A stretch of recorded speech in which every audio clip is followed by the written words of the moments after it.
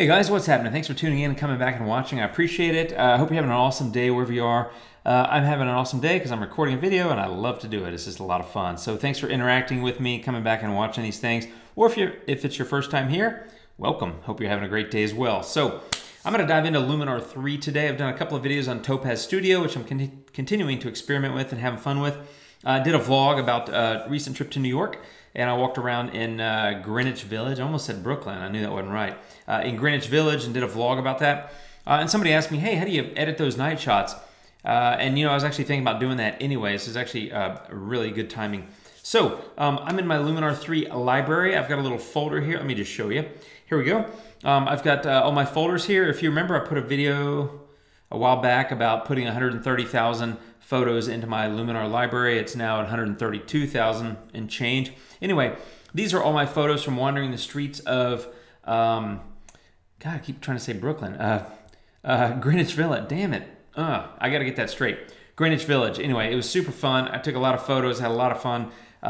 So I want to talk about editing night shots, and specifically, there are 3 filters I use pretty much on every one of these, and that's Raw Develop, Tone, and Vignette. So Raw Develop I use because it does a lot of corrections for me. It's super powerful, and in fact, I did a video a long time ago called One Filter to Rule Them All. I'll put that link up here, and that's all about the Raw Develop filter. It is the most powerful filter. I highly recommend starting with Raw Develop and kind of going from there.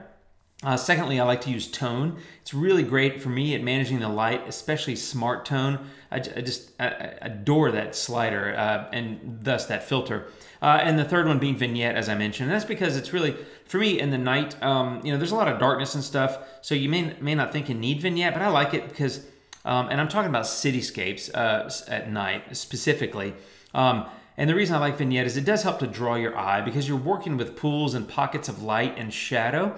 And, I like to draw the viewer's eye. There's a lot of distracting elements in cityscapes, and I'll talk about that and show you that in some of these photos. But basically, I like to draw the viewer's attention. So let me go find this first photo, which is one that I used on the cover of my vlog video, which I know it's here. Let me find it.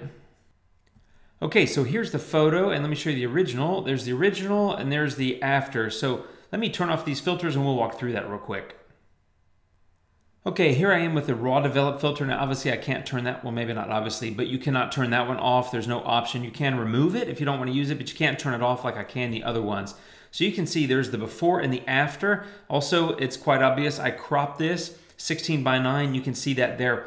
Here's one of the things about drawing the viewer's attention.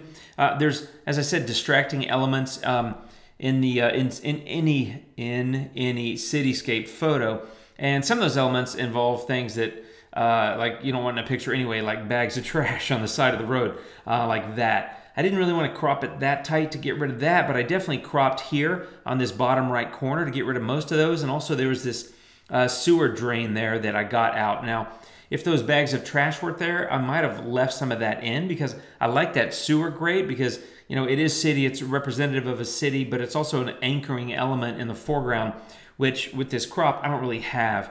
However, I did crop to where I wanted to get the bicyclist coming at me with still plenty of room to move through the photo.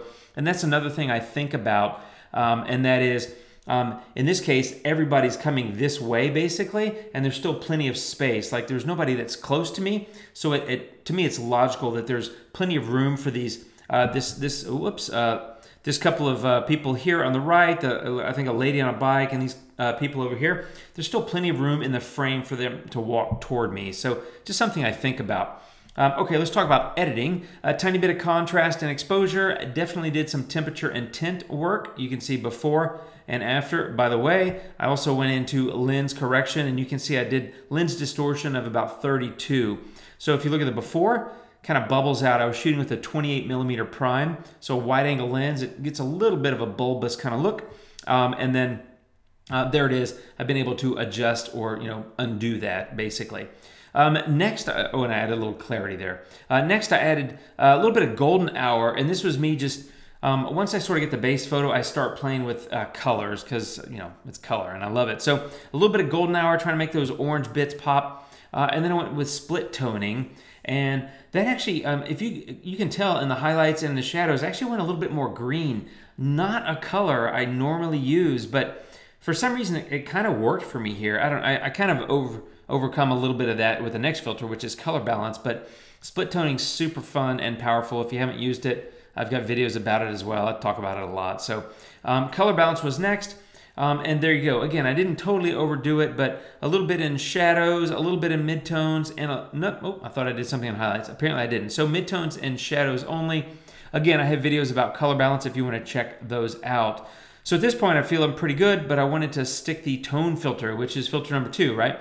1 being raw develop, 2 being tone. You know, I often would normally do tone before, but for whatever reason, I got into the color.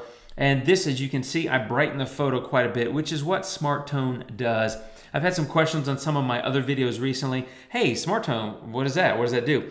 So if you drag it to the right to brighten the photo, it'll brighten the parts that are dark, but it'll leave the stuff that's already bright alone, which is great, which means it won't blow out the bright parts.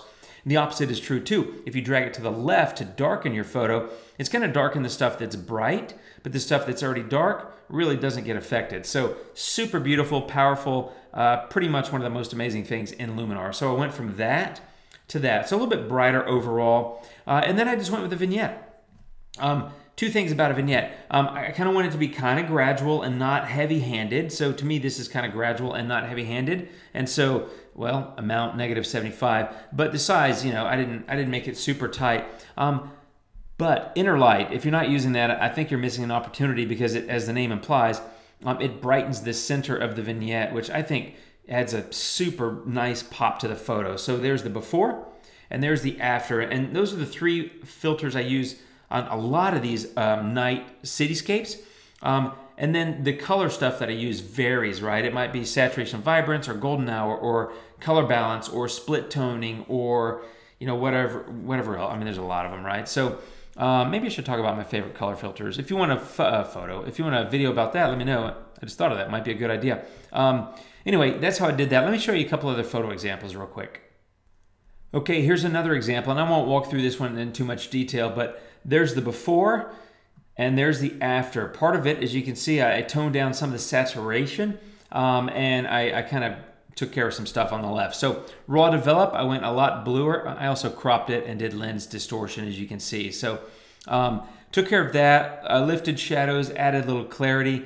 I did bump up structure, trying to create a little bit of grit. And that's one thing I think about cityscapes. It's totally fine to add some structure and grit to it because it's a city, right? And this was New York, so I think that makes sense logically. You would expect it to be a little bit of grit and maybe even a little bit of grain. I didn't even work on noise reduction in any of these photos because nighttime and cityscape, I don't know, it just kind of, it's okay with me if there's a little bit of grain or noise.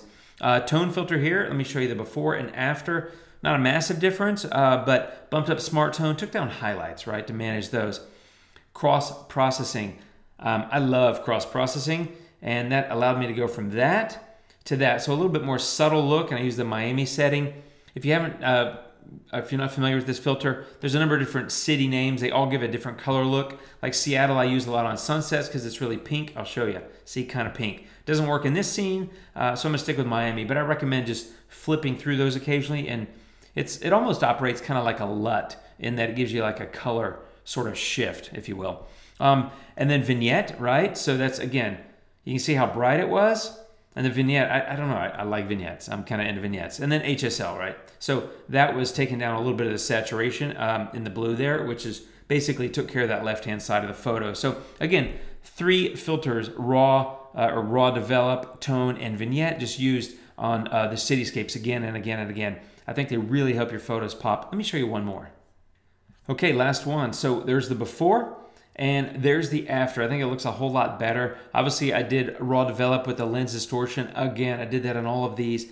Temperature intent, contrast, clarity. Again, cross-processing. Let me show you the color difference.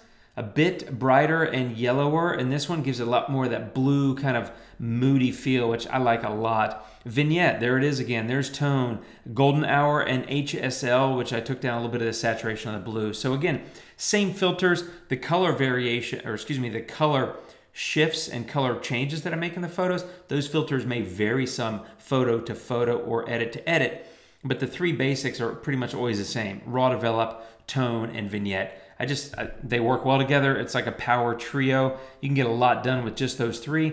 And I've even got some of the photos that I used from this trip that were just like 2 or 3 of those filters and nothing else. So that's it. I really just wanted to kind of walk through a few of those. That's a quick view of some of the editing I did on these images and how I did it. But mostly I wanted to talk about those 3 filters and how powerful they are. And that's it, my friends. So hope it helps. And if you have any questions, let me know. You can hit me up down below with a comment. Love it if you like the video, share it with your friends. Hit subscribe and hit that bell, wherever it is, to get notified of future videos. And that's it, my friends. If you have any questions, let me know. I'll be back soon with more videos on Topaz Studio, more things I want to talk about, more Luminar stuff, maybe some Aurora HDR stuff. Don't hesitate to leave me a comment about what it is you'd like to see, and I'll try to work it into the rotation. And that's it, my friends. You guys have a great day. I'll see you soon. Take care, and adios.